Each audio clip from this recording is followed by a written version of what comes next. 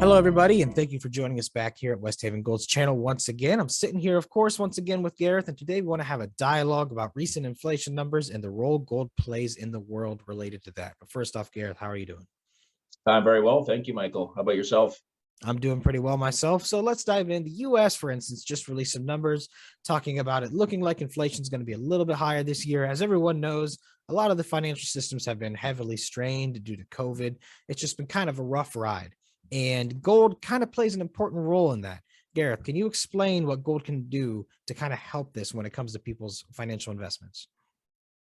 Yeah, I mean, I think I've stated before, I'm certainly no financial expert, but being in the gold space, which we're obviously exploring for gold, and which means I like it, and things can be fairly unpredictable with a lot of the numbers that come out of the U.S. and the world, and you always like to think, gold's, but as you mentioned there with the world just going through the year and a half we have with the amount of money that's the governments are spending on this COVID stuff. I think it's certainly you got to think it bodes well as a hedge for some of these things, gold itself. But yes, I think today we're sitting a little bit under $1,800 US, and that's something we still a very good price in terms of where it was 5 years ago, 1,200, and then years before that was sub $1,000. So I think it's a very healthy price, but